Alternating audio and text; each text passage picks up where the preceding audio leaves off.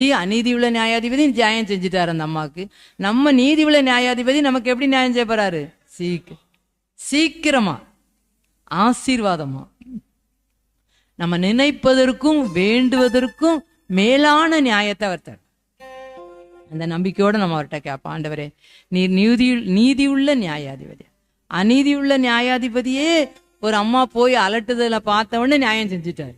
அப்ப நாங்க எத்தனை முறை உங்களுடைய பாதத்துல வந்து நாங்க உன் பாதத்தை பிடிச்சு கெஞ்சு கேட்கோம்ப்பா, எங்களுக்கு நீங்க என்ன செய்யணும்?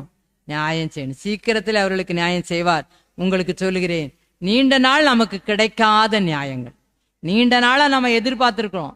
பிசினஸ்ல எதிர்பார்த்திருப்போம், பிள்ளைகள் காரியங்கள்ல எதிர்பார்த்திருப்போம், இப்ப நம்ம பணி செய்கிற இடங்களை எதிர்பார்த்திருப்போம், அப்படி ஊழியத்துல நிறைய காரியங்களை நம்ம எதிர்பார்த்திருப்போம். எல்லாத்தையும் ஆண்டு நமக்கு என்ன செய்ய போறாரா? அந்த மாதத்துல கிடைக்க பண்ண போறாரு. ஆமேன்.